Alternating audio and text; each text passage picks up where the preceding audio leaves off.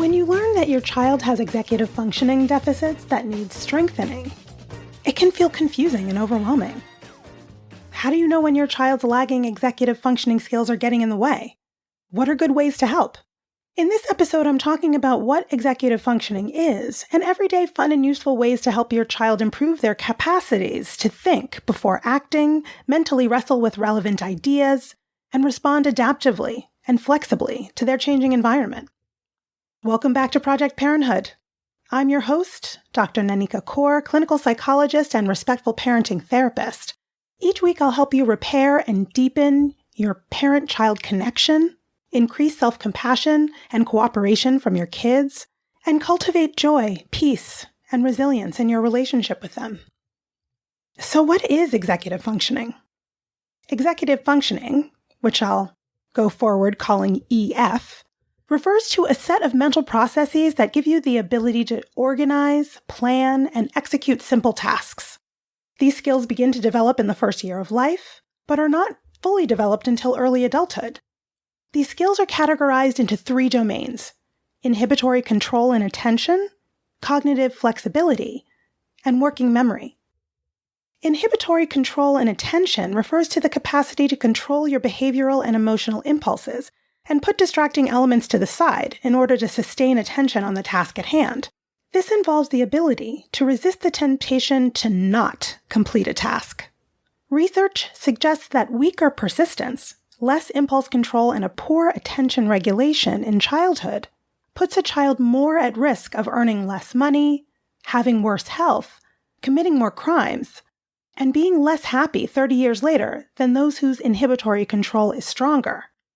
Cognitive flexibility involves your ability to adapt and adjust to changing situations and think creatively. This involves the ability to switch between tasks, adjust to new environments, and consider new possibilities, different perspectives, and new ways of solving problems. You might see a child with weaker cognitive flexibility become frustrated when an original plan fails, and then struggle to come up with an alternative plan. Working memory is your ability to hold information in your mind while simultaneously acting on and/or manipulating that information. This involves the ability to recall information, keep track of multiple tasks, and use information to complete a task. If your child has working memory issues, it might be hard for them to follow multi-step instructions and complete complex tasks, and it might take them longer to finish assignments. Ultimately, your child's EF skills are essential for academic, personal, and social success.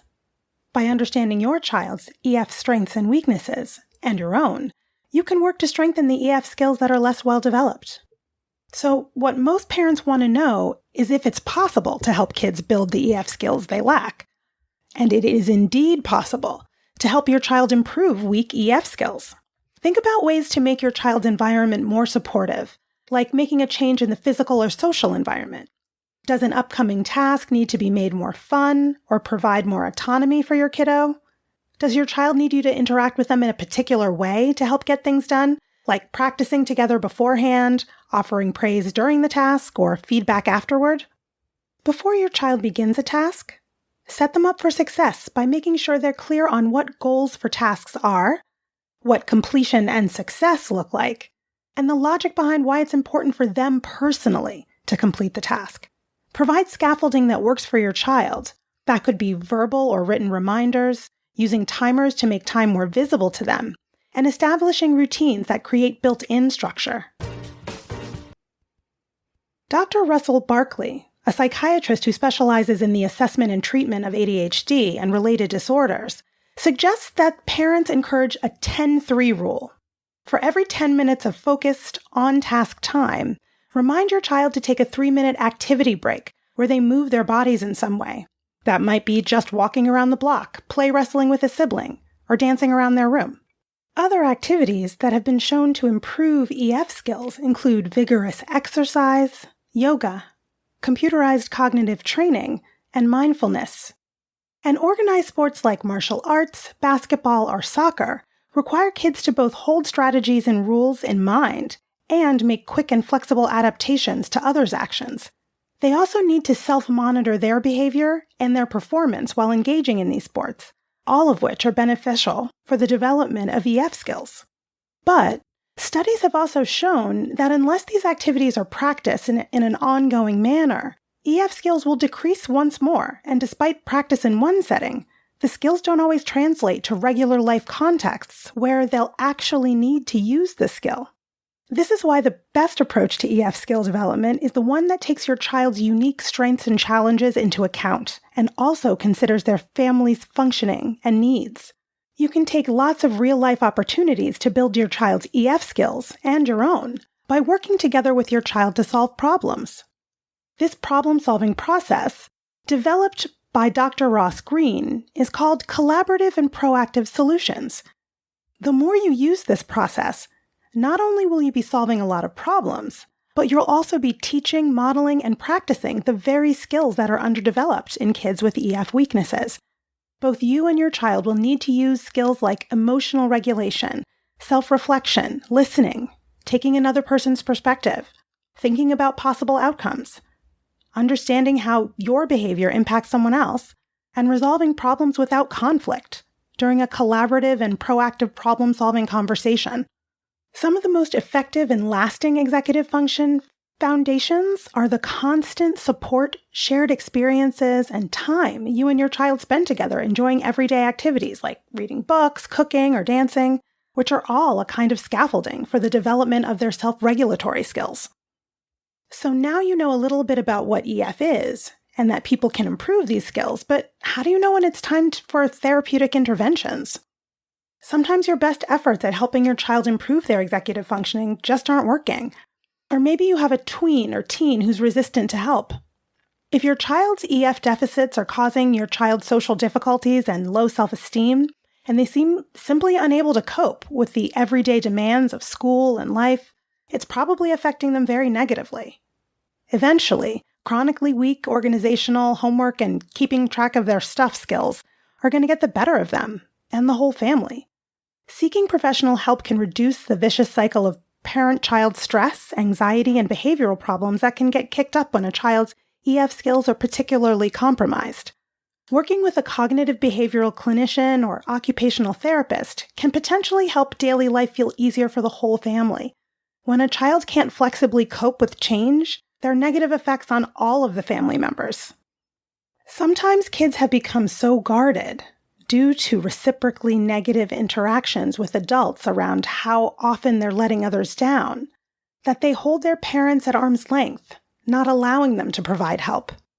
This is another situation in which learning the collaborative and proactive solutions process might be worth your while. You can work with your child to figure out how your help can actually feel helpful to them, all while building the very skills and self-esteem that your child struggles with.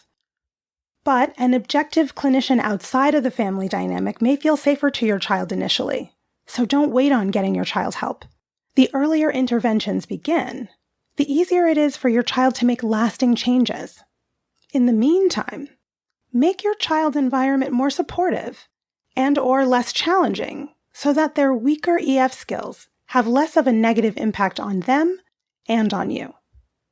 Executive functioning is a skill that needs to be learned.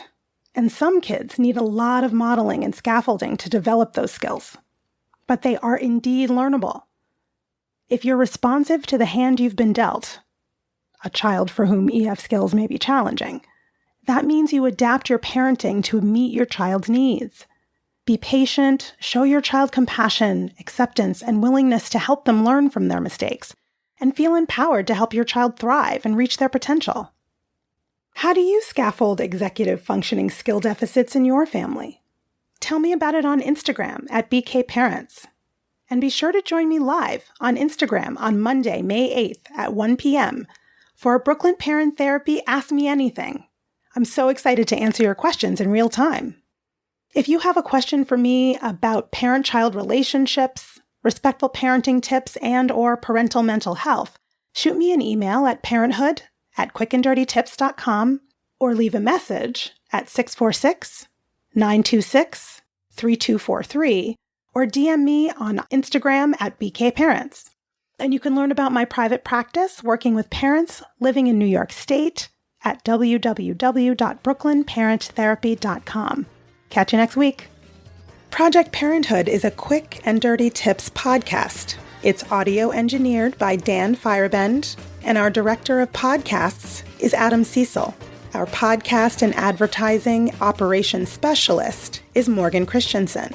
Our digital operations specialist is Holly Hutchings. Our marketing and publicity associate is Davina Tomlin. And our intern is Cameron Lacey.